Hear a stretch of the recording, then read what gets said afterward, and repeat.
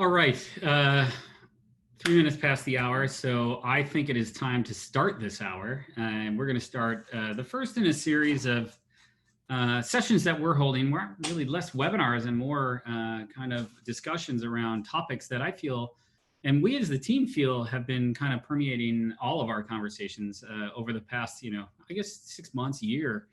And really kind of give an opportunity for you all to ask questions and to engage in a conversation around some key topics that we feel have been pretty prominent in the workplace and definitely in the world of IT and everything that we're dealing with.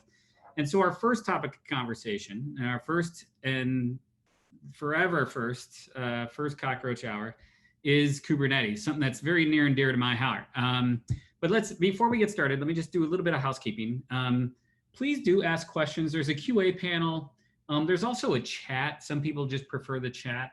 Either one will work for us, but please do use both. I know there's a couple of roachers that are our cockroach people, resources, I guess, that are circling around, who are in the chat as well, who are happy to engage and have conversation there as Keith and I are talking. But please do engage with us in the QA and the chat. Both tools very valuable, and I'll be monitoring both throughout the session here. And then finally, a recording will be available after the event. And then at the end of it, I would be remiss if I didn't say, please do fill out the survey, because we would love to know if this session was valuable or not. So with that, hello, everybody, and welcome to the session today. Good evening, good afternoon, good morning, wherever you're at on this planet. Today we are going to talk about Kubernetes, and we do have, a set of topics that we're going to cover. We're happy to cover anything here. But between Keith and I, we have some deep knowledge. I don't know how deep anybody is with Kubernetes beyond, a few lucky people, and some people have been really diving into it. But, we're happy to talk through whatever the audience really wants to talk about. We're happy to do that. So with that, let's actually, Keith McClellan has joined me. He's a solutions engineer here at Cockroach Labs. And my name is Jim Walker. So we're going to come off of slides. And why don't we stop share and we'll just get the two of us. And here's our faces for everybody to see. So welcome, Keith. How are you today? I'm doing great. It's good that we showed pictures of us dressed somewhat professionally before we decided to go to the video, because I don't think I've worn a shirt with a collar in 4 months. I did a webinar, I think 2 weeks ago, and still no collar, but I was cleaned up and everything. I shaved, everything was good. But so again, thanks everybody for joining.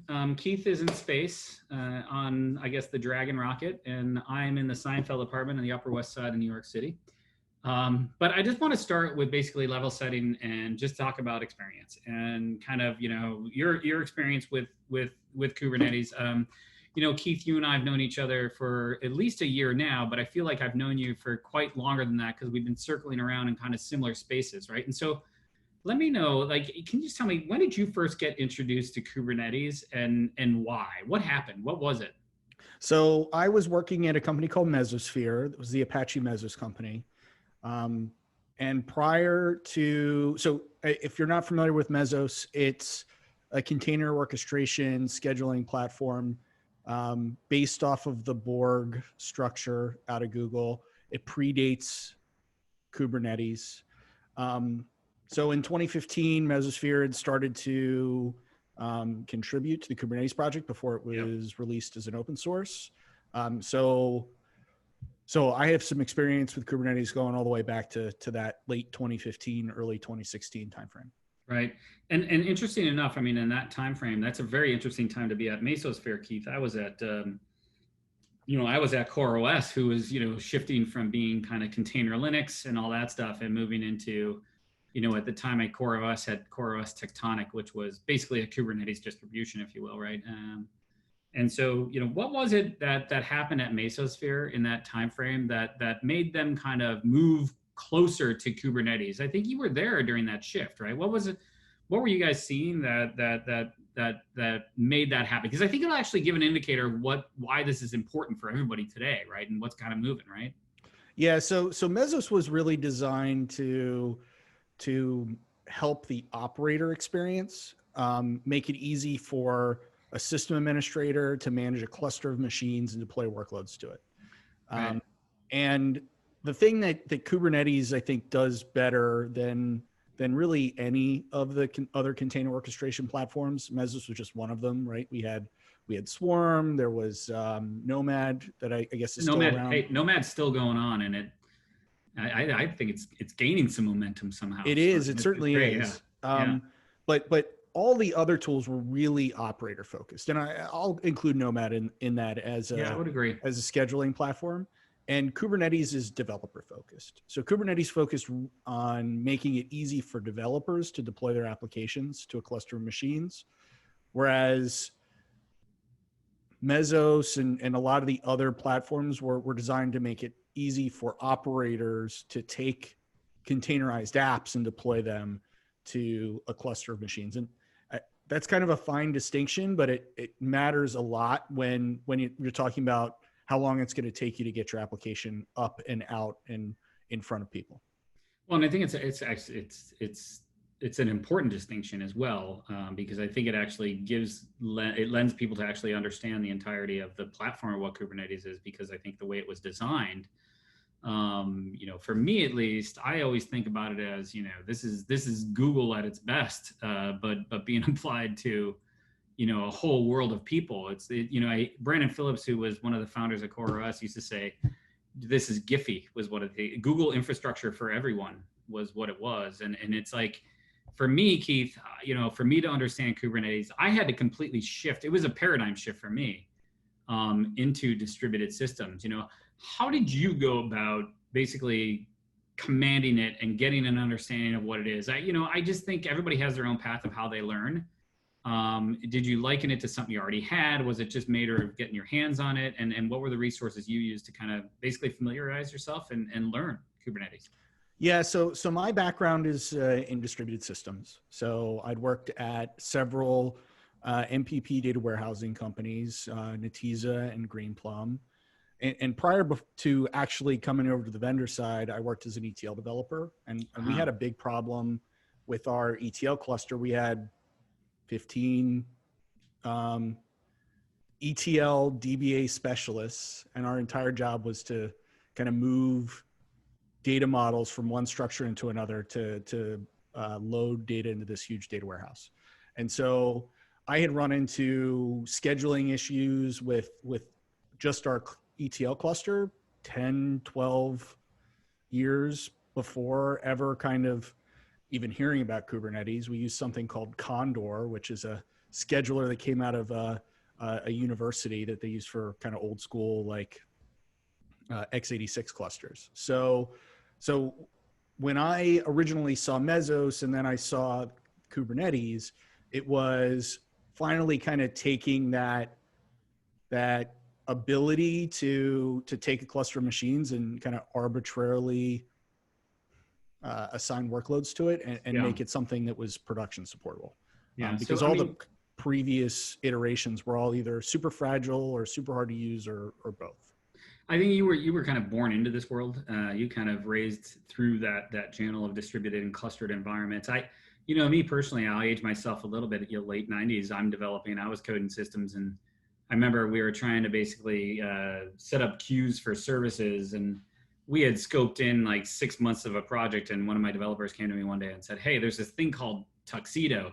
And I'm like, "That's awesome." Like, wow, there was 5 months of work out the window. That's WebLogic. I mean, that was like the beginning of these kind of services-based environments. And for me, like, I think my entire paradigm started shifting then. This is just basically the ultimate delivery of that as a concept. I mean, this is just basically clustered services, right? I mean, it is really basically the culmination of years and years of work. And so, you landed here at Cockroach. I think we've been working together over a year now, right, Keith? Yeah, almost a year and a half. And so what got you here to Cockroach? Let's start talking a little bit more about like the challenges of Kubernetes and Cockroach and all this, but like what got you here? What was the initial interest at Cockroach Labs? Yeah, so I come from a database background. I kind of got into the infrastructure orchestration side because of all of the challenges I'd had working with large distributed database environments and data pipelining environments and whatnot. That's what kind of got me interested in the first place. And Well, quite frankly, one of Mesosphere's products uses CockroachDB as the metadata layer. Yeah. So I was exposed to it super early, pre 2.0. I think we used version 1.1 of CockroachDB as the metadata layer. So I'd had some experience with it, and I could see that the next thing that needed to be fixed in this kind of distributed computing landscape was being able to do system of record workloads in this type of environment, which has traditionally been really, really hard. Yeah, and that's a really good segue into kind of let's talk now. Let's get into a little bit more details in Kubernetes and the tech and all these things. I will get like a little bit a history for me as well, is like the first time I ran into Kubernetes or Cockroach Labs, actually, I was at CoreOS, and Alex Bolvey, the CEO of the company at the time, and Alex is phenomenal. I mean, the stuff that he's done in the space is great. You know, we were using Tectonic on top of OpenStack, and they needed an application that was actually distributed on top of that had the same resilient architecture of OpenStack and Kubernetes, and they did a demo on stage, and they had like 15 people up there, and each of them had a node, and like they would kill a node of Cockroach, and like the database would still work. It was awesome because I had never seen an application like survive. I had seen Kubernetes and how it was able to be survivable, and I could scale it really easy, but I'd never seen an application just natively do that. And like, for me, I was like, that's cool. Like, because I think people, what they don't realize is like, yeah, getting like stateless apps was kind of one of those things for Kubernetes. You know, but how many of our applications are truly stateless and don't deal with the database? And for me, the database is like, that's where it's at. But I mean, you know, Kubernetes doesn't come without its own challenges to data. And so, you know, what do you feel are kind of the largest challenges when we start dealing with data intensive applications on Kubernetes, Keith? Yeah, so the biggest challenges come around maintaining state and then kind of maintaining consistency of that state, right? Yeah. So, so prior to, you know, arguably prior to Kubernetes 1.13, but you know, persistent volumes and StatefulSets were available back to, you know, 1.8 in an alpha beta type stage. But prior to that, if your pod had some ephemeral storage, and if you didn't attach external storage to that pod, you didn't really have state that kind of persisted across a pod restart. And so there was a lot of things that kind of needed to come to the Kubernetes ecosystem. One of the best parts of Kubernetes is one of the worst parts of Kubernetes, because it was designed to be super easy for developers. It's a little harder to operate than some of the alternatives. Right. And one of those things that was harder to operate was kind of bringing in this stateful storage layer. Yeah. So Keith, before we go on there, let me, you said two things that I actually wanted to drill in on before we get to like how it all works with Cockroach and all that. We talked about storage and we talked about StatefulSets, and I'm not sure everybody understands that, you know, how does storage work for a pod, right? Because a pod is basically just one instance, one compute instance that's being managed by a Kubernetes kind of control plane, if you will. It's the easiest way I think about it, is a control plane, bunch of little pods, and each pod has its own storage. Can you just describe to me what this, like, just storage within Kubernetes first, then we'll come back into StatefulSets. Yeah, so to start, a container or a pod, this is the same for both the single container construct or the multi-container construct, by default has ephemeral storage. So stuff gets written to disk, but it's really just a temporary file system. You basically provision some storage within a disk that's local to that machine, to that pod. It lives and dies with that pod. It lives and dies with the pod. If the pod dies, it gets garbage collected. It sticks around long enough that if something really bad happened and you need to get that state back, you have the opportunity to do that. But there's no way to actively reattach that state to a new pod. So in the like 1.8 to 1.13 timeframe, they brought this concept of persistent volumes to Kubernetes, which was this idea of having durable storage that was available to the local node that the pod was running on, be available to the container or the pod without you having to do any kind of manual manipulations to like mount file systems into the pod or any of that kind of stuff. That allows you to have more stateful applications. The big challenge with persistent volumes is that they have to be manually provisioned ahead of time. So they have to be an available resource that an operator has set up inside of Kubernetes. So each node would have to have a set of persistent volumes set up and they'd all have to be mounted on that machine and available to the Kubernetes daemons that were running on that machine, and then they could be reserved. So and that's cluster wide, right, Keith? Like there's the storage class, which I think if you look in the documentation in Kubernetes, that's where a lot of this is, right? It's like, well, so the storage class is kind of what they did to try to make this a little bit easier, which was to say, hey, this is storage that's available on each of these nodes. We don't know how big these persistent volumes need to be. So instead of just directly attaching to a persistent volume, how about you reach out to the storage class, request this much storage with this particular type of mount, right? Is it a read once, write once type of amount, or is it a persistent volume that might be shared across multiple pods?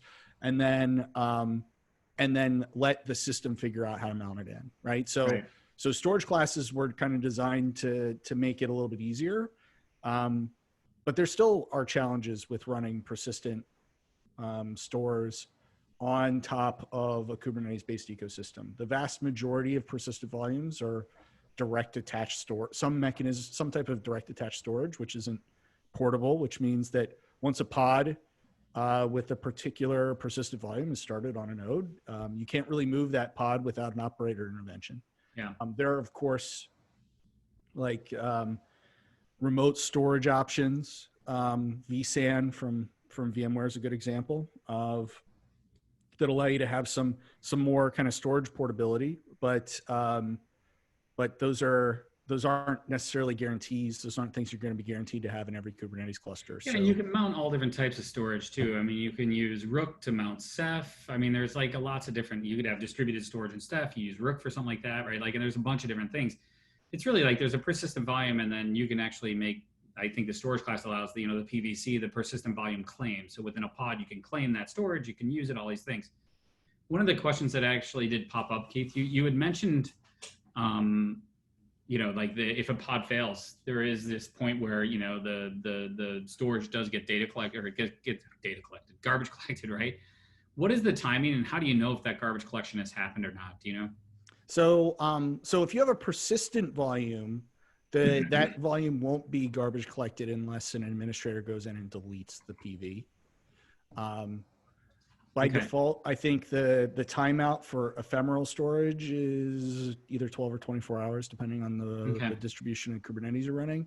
But generally speaking, for a stateful workload, you wouldn't use that, right? That's the type of stuff where mostly that's used for collecting logs from pods that are cyclically failing. Right. It's not really used for the type of stuff that we would use storage for. Yeah. For us, it's a different, and we'll get back to that too, because we got to get this StatefulSets, and then running a database on Kubernetes is a wholly other question, right? We're just talking about how do I write an error log, right? How do you need storage to actually do those sort of things. So like, how do you choose when to mount something versus when to use local storage? There was a question in the QA that I was around that, Keith, like, how do you think about that? Let's divorce the CockroachDB and mounting storage for a database for a later part of the conversation, I guess. But like, what's your framework to think through that? Yeah. So generally speaking, I worry about mounting persistent storage if there is state that I know needs to survive a pod restart of some sort.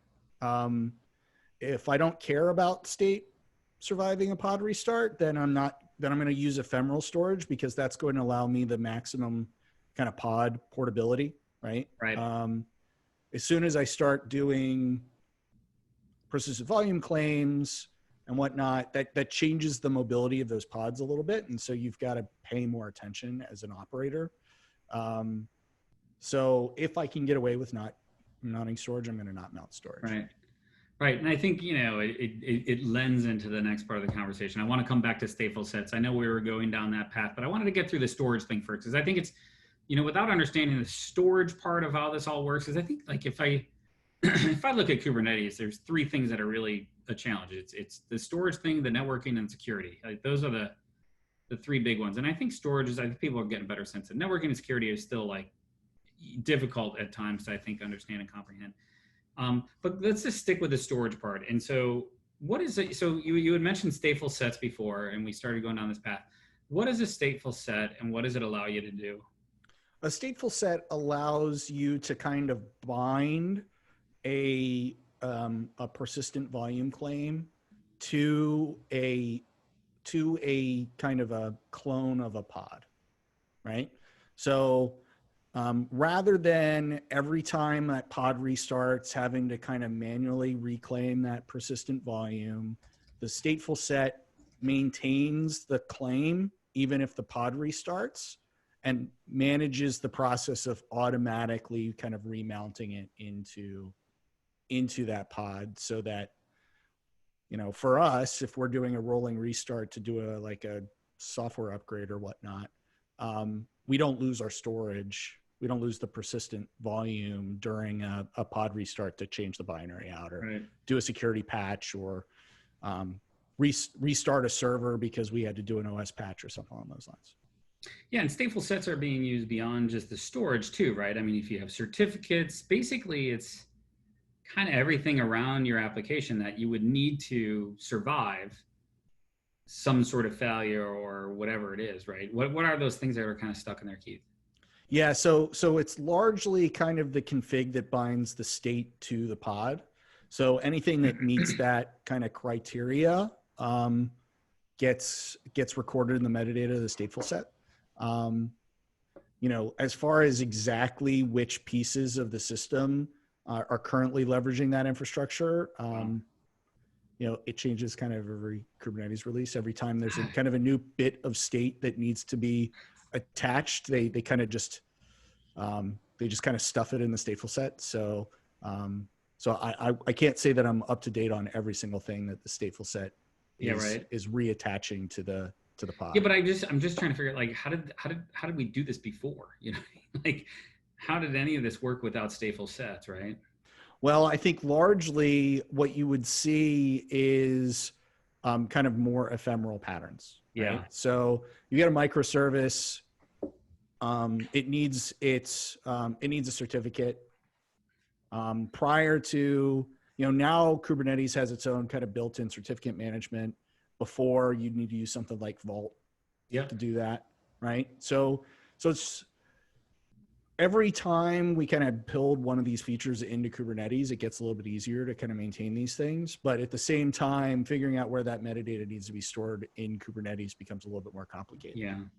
I look at it as a watershed moment for the Kubernetes community, honestly, when stateful sets were introduced. I remember when it happened and I was like, okay, now that opens up a lot more workloads, right? Because I mean, it was just basically a necessity. And I think it was a lot of work. I think it was, the concepts were there. I think it was just, it wasn't all pulled together into basically that class, right? And there's another class that's kind of related to this. There's something called a daemon set as well. What's the difference between a daemon set and a stateful set, Keith? Yeah, so a stateful set will run an arbitrary number of pods across an arbitrary number of servers. A daemon set will run a clone of a particular pod on every server in a Kubernetes cluster, unless you have set what in the Kubernetes ecosystem is called a taint, but think of it as an anti-affinity. Unless you tagged a node to not get a copy of that daemon, you're going to run a copy of this pod on every node in your cluster. Largely, it's used for things like security agents, and sometimes you use it for east-west load balancing. Sometimes you use it for you know, other types of admin tools, like if you have a log stash agent that needs to run on every single node, because that's what you use it for. It is an option for running stateful applications. The daemon set has the same underlying constructs as a stateful set as far as maintaining and attaching state. It works a little bit differently than a stateful set, but you can attach a persistent volume claim as a part of the daemon set, which allows you to do a lot of the same things that you can do with a stateful set. Yeah, that makes sense. So security, like maybe tracing, kind of something you would need across an entire cluster, every single node running. Is a Daemonset a subclass basically of StatefulSets, or is one kind of consumed by the other? I think it's more of a super class than a subclass, but I'd Okay. have to go look. I'm not exactly 100% sure Okay. how exactly that's structured in the back end. Cool.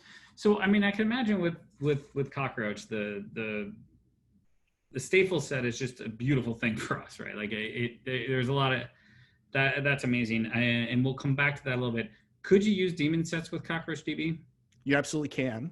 And there's some good reasons to consider using a Daemonset with CockroachDB. A lot of times it depends on the type of infrastructure that you're running your Kubernetes cluster on. So,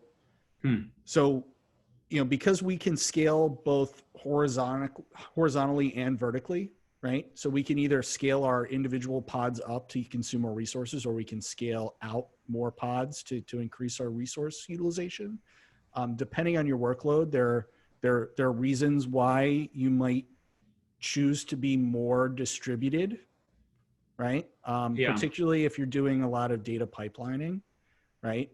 Having a local gateway to your database on every single one of your nodes can be a really valuable thing when you're doing data pipelining. So there are certainly considerations where we would consider recommending a Daemonset over a StatefulSet. We recommend, or we support both patterns depending on your use case. Yeah, and forgive my ignorance here, and I don't know the answer to this. I mean, would you have both running on pods at times when you're running CockroachDB, where a StatefulSet is basically managing the state of the database, and then I guess you're running a Daemonset to do like other things with the database for like gateway or load balance or something else, right? I mean, is that also a possibility? No, I mean, not unless you were running two completely separate CockroachDB clusters. I don't know why you would need to do that. You might want to do that, let's say your production, let's say you're sharing production and pre-prod are both running on the same Kubernetes cluster for whatever reason. You might want to run your production environment on a Daemonset, and you might want to run a pre-prod or a test environment on a smaller subset of the nodes. I could also see in kind of a multi-tenant environment where you might have those types of things, but in a general kind of purpose sense, I wouldn't. That would be a very advanced kind of edge case for us. So let me ask like one final question on the whole StatefulSet thing, which I think is like super important to understand, especially as we start to deploy applications on Cockroach. What is a developer on Cockroach, on Kubernetes? Excuse me, I live and breathe sometimes. What does a developer need to know about StatefulSets? Or is it just kind of like part of the operator framework? It's more an operator thing. Like, does a developer even need to be concerned about that?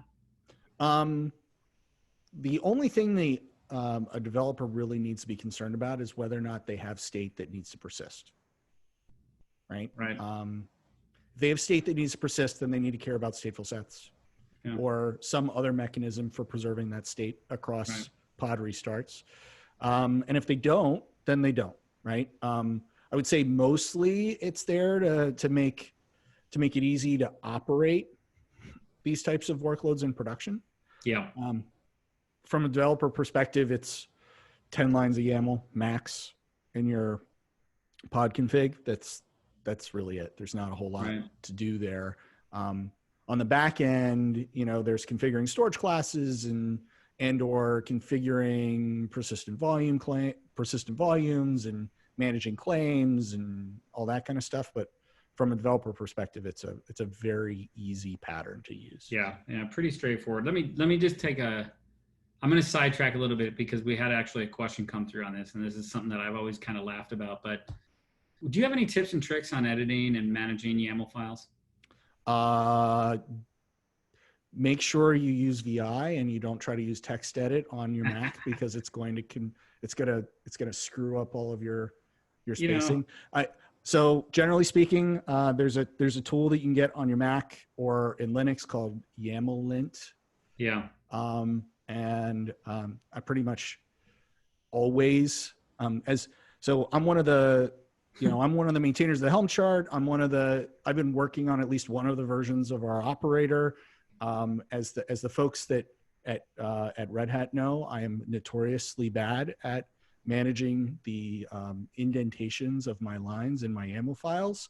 It's like the thing that breaks 90% of my of my work in Kubernetes. And it's always stupid stuff like, I opened in Xcode instead of VI, and it made a formatting decision that it's a nightmare, dude. Makes sense. It drives me absolutely bonkers. Like, I feel like we've gone so far ahead, and then we've gone back to COBOL. Like, yeah, I am not a YAML fan. If I could go back to 2015 and I can make one request to the Kubernetes ecosystem team, it would be to use JSON. Yeah. At least then we'd have, brackets and stuff I know it makes it a little less human readable, but it makes it much easier to not accidentally inject errors into your. Yeah. Well, yeah. Where you spend 2 hours trying to figure out why your YAML file isn't right. And it turns out that somewhere along the way you added 2 additional spaces to a line, and it's not getting, your YAML's not getting evaluated properly. It's pretty easy to see spaces, pretty straightforward, Keith. So I laugh because I was on a project, and again, in the late 90s, the same project. I was coding this language called Smalltalk, loved it. But the rest of the project, the poor people were on COBOL, and they would end up in these kind of crazy moments where it's like, yep, 8 spaces to start.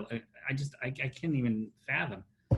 I want to talk about logic, right? So regardless, I'm going to come off of that for a second. So you mentioned something along the way, and you do maintain our operator for Kubernetes. I think there's a larger team here in Cockroach that's actually working on our operators. But I know you've done a lot of work with the Red Hat team and getting our operator certified and kind of consistent. And yeah, you do a good job. Don't undersell the work that you do, buddy. It's tough stuff. So can you just explain to me what is an operator?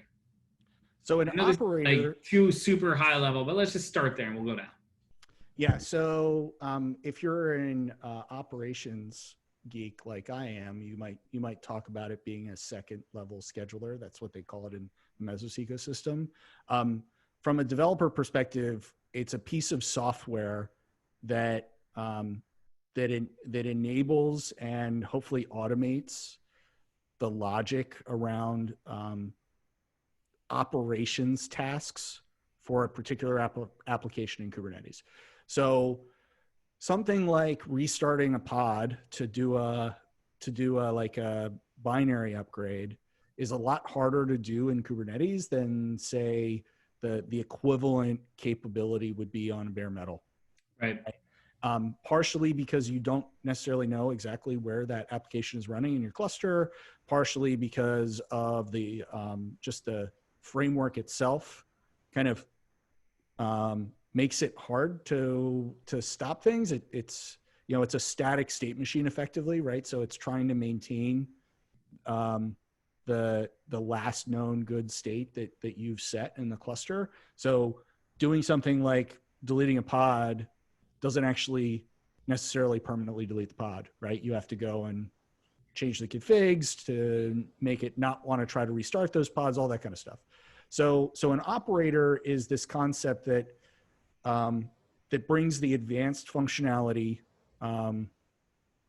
via some code to do the types of operations tasks that are required for stateful applications that may not be required for a stateless app. Well, for any application, really. I think of it as like a scripting language for Kubernetes allows you to schedule jobs, right? Like that's like the simplest way for me to think about it. It basically take all these mundane tasks that you did over and over again and put it into code and let the Kubernetes framework just deal with it, right? Yeah, I mean, sometimes it does that. The framework itself is actually both a lot more and a lot less powerful than that at the same time, oddly. There are several different kind of categories of operators. Our initial operator, the one we kind of certified with Red Hat, is just a basic install operator. It just installs the database. We're working on what would be kind of a sort of class 3 operator right now that does upgrades and configuration management. that's much more sophisticated. It's available in our CockroachDB GitHub repo right now, but it's not 100% of an MVP. And you can go all the way to like a fully self-monitoring, self-healing kind of a system.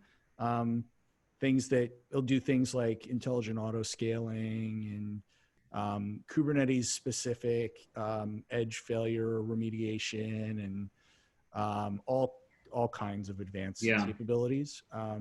So you can take it as far as you want, as far as that goes. But you know, for a lot of stateful applications, you have to have an operator, and you have to have an operator because they're just kind of complex stage tasks that have to happen that are impossible to do in a pod because you can't.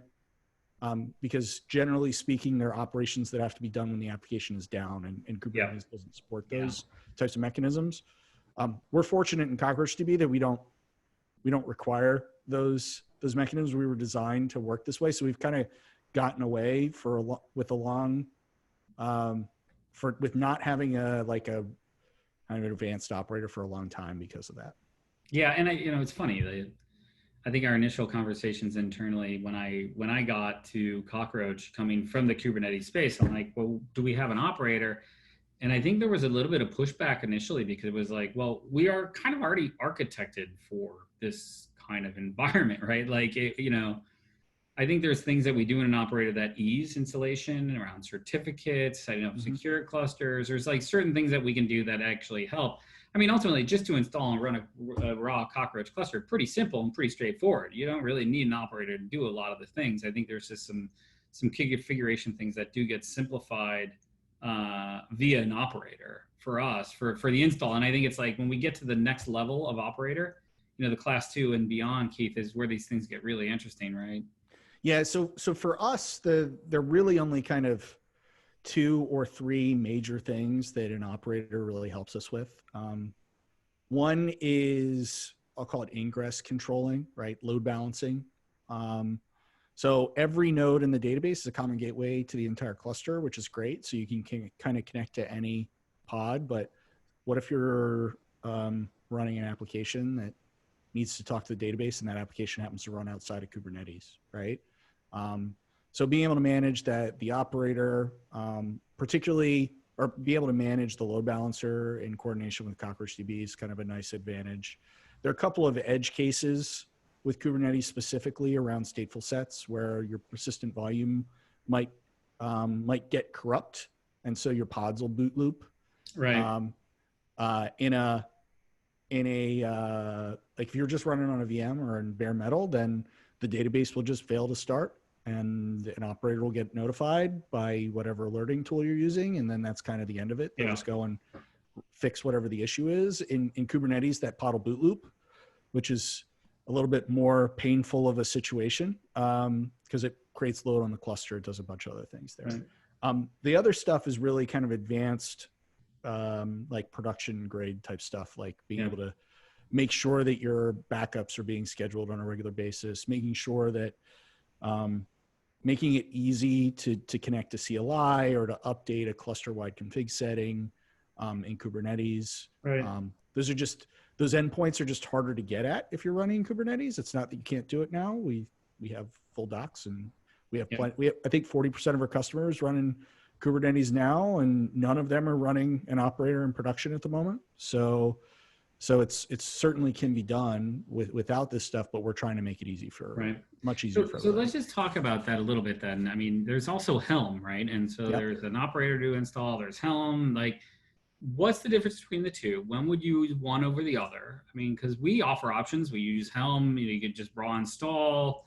We have a Helm chart that's available. Can you just describe to me the difference between the two and why you use one or the other, or do you use both, or how does that work, Keith? So Helm's a package manager, right? So it's for deploying a complex application to a Kubernetes cluster. If you need to get a CockroachDB environment up quickly on an arbitrary Kubernetes cluster, our Helm chart's a great way to do it. Right. What it doesn't have is complex staging and dependency management. So Like there's no way to say, hey, Helm chart, once you're done installing CockroachDB, go configure an HA proxy container, right? Right. Or hey, once you've got this set up and running, we want we want a backup job to run every hour and push data to this S3 bucket or this NFS mount or any of that kind of stuff. So the operator, well, it can handle the install, and I think ours probably will, and we'll probably build a Helm chart to install the operator to make it easy to install the operator, right? The operator itself is the thing, the piece of application software that makes it easy to actually operate the database after it's been installed. Right. And so I think the long-term vision is that we'll be in a spot where you'll be using both. Yeah. And then the Helm semantics will be used for upgrading the operator whenever that's necessary. Yeah. And then the operator semantics will be used for installing and upgrading and maintaining the database. Yeah, and I always think about Helm as like, okay, what does my application look like? Because there's basically the app and there's the database, and it's a package, right? Like you got to deploy it all. And so I always think about it as like, yeah, there's the operator that's helping you install the individual piece. It could be part of the Helm chart, but the Helm basically will take the entirety of the application configuration files and everything else, either out of a repository like an Ansible or something like that, and then basically run, right? Is that a fair enough assumption? Yeah. So I would equate Helm to, in the Linux ecosystem, either RPM or like apt, right? It's a package manager. Yeah, exactly. It installs packages. Yep. It'll do upgrades for packages and whatnot, but it doesn't actually run or maintain the application at all. I think it's just a really, there's like it's tough to do a basic session on Kubernetes because there's a lot of like basic things, but honestly, I think it's so complex that there's a lot of things that not everybody gets. So I appreciate you kind of diving into that a little bit more, Keith. I think operators are a key piece of the overall Kubernetes, like what makes it interesting. Again, I think there's a lot of people at CoreOS who basically drove a lot of this stuff to happen. And that was one of those things that came out of that company. And man, it's phenomenal what it's involving and what it's enabling. There's a lot of legacy tech that needs operators to install, right? Because it is complex. It's like, how do you install Postgres on Kubernetes? Well, you're going to need an operator to do that. And then if you're going to do any sort of scale, it's that's where that comes in, right? I mean, how does it work? You have significant experience with Cassandra as well. You were, a long time at DataStax, right? Spent a little over a year at DataStax. That's right. And you know that tech pretty well, and that's also a distributed database as well. A little different than Cockroach. I always kind of think of like, well, which workload? It's some are Cockroach, some are Cassandra, right? How did it work with more of a legacy technology? Like Cockroach was built for Kubernetes. Like honestly, it's like Spanner was to Borg, Cockroach is to Kubernetes. I mean, it's just a perfect, beautiful fit. What were some of the special things you had to do with Cassandra to make it work in Kubernetes that kind of were interesting? Yeah, so this is kind of fundamental to the way Cassandra was designed. There are a couple of things that you really probably need an operator for to manage Cassandra. One is the repair jobs. So because we maintain synchronous replication in CockroachDB, we don't have to do administrative repair for when data gets for data drift, right? Right.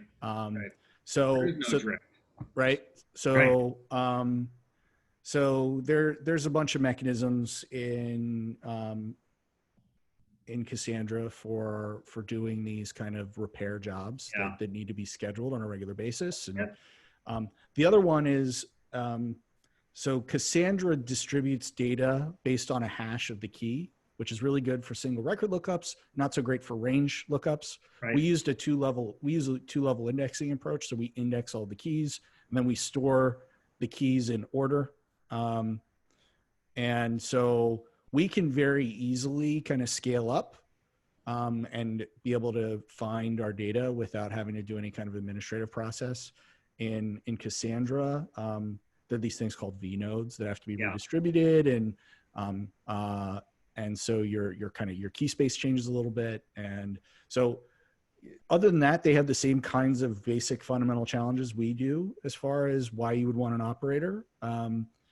It's much harder to run Cassandra in Kubernetes without an operator because of those two things, though. Right. You needed to scale up. You wanted to add a pod to your Cassandra cluster. If you weren't using an operator, you would manually have to redistribute your vnodes, and you'd have to do a bunch of other things. And while it's definitely possible to do, it's not automatic like it is with CockroachDB. Yeah, I think it's interesting. It comes back to like when it was architected. Was it architected with this framework in mind or not? You could apply a lot of the same things to something like a Mongo. Like there's distributed kind of like clustered concepts for data that took the rails off, but weren't architected for this. Yeah, I mean, Cassandra is as close as I can think of a pre-Kubernetes technology that runs well in this type of a platform. Mongo is much harder to run. Right. You know, you take a look at a traditional RDBMS, and you know the types of things that you have to do to operate an RDBMS in production on Kubernetes makes it basically impossible to run on Kubernetes without a really complex operator, and you certainly aren't going to be able to do it without having downtime when you're doing things like upgrades or whatnot. I mean, we were designed. I mean, the name of our company is Cockroach. I mean, we were designed to survive a failure, and to scale, and rolling upgrades become a possibility. How you do that with legacy tech stuff? I mean, there's a whole company called Robin. If you're ever at a KubeCon or whatever, check them out. They're trying to basically ease that whole automation around these kind of legacy databases, and even Mongo as well as a legacy to automate these sort of things. So it's just interesting. So final topic. Let's finally get it a little bit of Cockroach. You know, we kind of just talked to it a little bit, but you know, why Cockroach on Kubernetes? But why Cockroach on Kubernetes over bare metal, or you know, over OpenStack? You know, like I think it's like the optimal way is to run us on Kubernetes, and we can deploy anyway. I mean, I could spin up a node of Cockroach right here on this laptop if I wanted to, right? And so, why Cockroach on Kubernetes, Keith? So it's actually easier for the most part to operate CockroachDB on Kubernetes than it is on bare metal or on statically provisioned VMs. Largely because we're a single executable that's a common gateway to the database. Every node is exactly the same. You know, the only difference is which kind of segments of the data that particular node happens to be managing. So if you have say an intermittent failure, or you're doing a rolling upgrade, you really want that infrastructure to come back up as quickly as possible. If you're on bare metal, you've got to write some like cron job or an etcd script or, you know, systemd, you know, service to make sure that the database restarts, have to restart the server. There's a lot of kind of operations work that just goes away with Kubernetes. But you know, it's not a kind of a true or false type of a question, right? There are cases where I'm going to recommend a bare metal or a virtual VM based install for a customer over Kubernetes based install, and there are reasons why Kubernetes might be the absolute best platform for somebody. And there are even cases where we're running, say, across 3 or more data centers, which is something that's very common for us to run a single database cluster across multiple different environments, where having the common operating layer of Kubernetes makes it much easier to manage the fact that you might not have the exact same infrastructure under the covers. So those are just kind of the high level reasons why we might recommend Kubernetes. The lower level, you know, at a lower level, there's a trade-off between this resiliency that you get with Kubernetes and kind of the performance you get with bare metal, right? So our best case performance is going to be better on bare metal than it is going to be on Kubernetes, but it requires more operational overhead to maintain the database on bare metal. So, Yeah. so it's really just a question of, can we meet your transactional requirements in a Kubernetes-based environment? And in that case, that we can drastically reduce your operational overhead by being in Kubernetes. Yeah, Keith, it always comes back to the requirements of that workload and the resources that are on that team. Yeah. How much expertise do you have?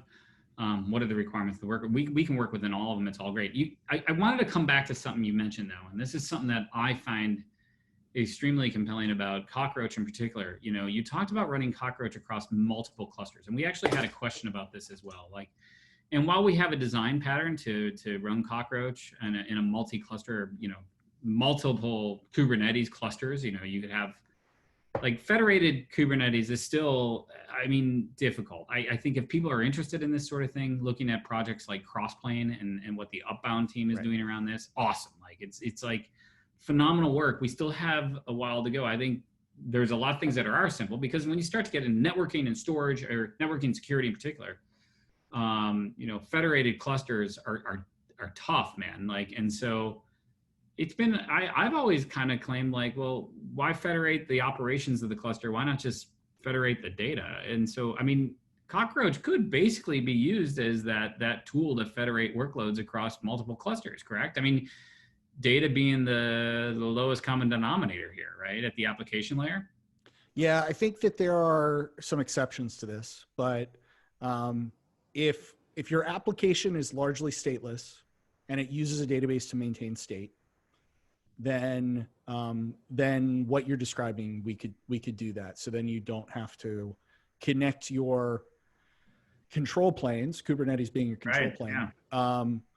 You still do have to do network peering, which is not the easiest thing to do in Kubernetes. There are a couple of options. They all kind of have their benefits and drawbacks, and depending on Istio, and you're gonna, service mesh is not necessarily the best pattern for us, largely because it's not designed for point-to-point communications. It's designed to load balance incoming requests across n number of clones of a particular pod. So you might use Istio for managing the stateless side of your application. Yep, exactly. I might use some form of network peer, some other form of network peering for CockroachDB, because one of the fundamental things about us is that we do need to every node in the database needs to be able to talk to every other node in the database. Not because we're necessarily going to be doing that all that much, but in a failure scenario, sometimes we can't just talk to the next nearest neighbor that happens to be hosting a copy of our data to get to a consensus. Right. So from that perspective, there are a lot of options. None of them are kind of easy button, right? This is where we start to get to the point where, guys on my team, guys on our customer success team have to get engaged to really make sure that folks are set up for success. But it is something that we do have a number of customers doing for performance or regulatory reasons, that they want to be spread across multiple different locations, and that they want their data to be spread in a particular way. Yeah, and I think it just comes back to engaging the expertise to get what you need done is critical. I think there's organizations out there who get Kubernetes. I'm proud to work at Cockroach Labs, honestly, because I think we're just one of those companies that fits this world very well. And if it depends on what you're trying to accomplish in a cloud native way. The reason I joined this company is I thought, from a database point of view, this is right. But still, right only gets you so far, man. There's still the devil is in the details, and that's implementation and kind of all these things. So, Keith, thanks for doing this today. It's awesome to have you as always. I love talking to you about things like this. For everybody who joined us, again, thank you for joining us. There was a bunch of questions that we had in the chat. So I think, are you seeing my screen now, Keith, or is that? All I see is a black window. Oh man, if I could ever figure out how to work these things, then it'd be a wholly other thing, right? There was a couple questions in the chat that were interesting. There was one that was actually about, how do you run, multi-region or multi-cluster applications? We're doing this. We're doing this at scale. We've done it a couple times. At the most recent virtual DockerCon, one of our resources, one of our SREs actually gave a talk on, how to do this. Where is this guy? Yeah, so I don't know if am I sharing my screen now, dude? No, you're not. Oh my God, I'm the worst, dude. Gave a talk at DockerCon. It's online. It's available now. You guys can go check it out. But that's there we go. Talk. There we go. Yeah, that's a pretty good talk. There was an on-demand talk. So go to the DockerCon 2020. Pretty awesome, actually. We're going to be part of this Push to Prod conference next week that's put on by Turbonomic. We're going to do that talk, a similar talk to that again next week. So please do go check that out. If you enjoy this format, please let us know. Let us know how we can improve it. This is the first time we've done this where it's just, Keith and I hanging out, chatting. We knew we were going to be able to fill an hour because every time he and I talk, we end up talking for like whatever. We talk about the time, it'd be like 10-minute convo. Yeah, we might need to make this a virtual happy hour at some point, and I'll come with cocktails. That seems to be what's in vogue about these sort of things. So again, thanks everybody for joining. We're going to do a couple more of these. We're going to do a one-on-one session on Cockroach, getting started basics. So if you have anybody who's just looking to get started with us, or you're interested in getting started, please join us. July 15th, I'm really looking forward to that one. And that is, how do we actually implement distributed transactions? How do we get consistency? We talked about Cassandra and how do you get like relational database, serializable isolation consistency in a distributed environment? It's crazy. It's insane. It's awesome technology. We're going to talk about Jepsen and what we've done through that and our Jepsen tests and whatnot. And then finally, implementing Cockroach, thinking about topologies and where data lives is actually pretty important. We're going to do that one too. So I invite you to all of our future events. And thank you for joining us today. But most, Keith, thank you for sharing with us today all of your expertise and being such a great guest. So, anytime. All right, buddy. Everybody, please take the survey. And again, thank you for joining us and have a great day. Bye-bye. Bye now.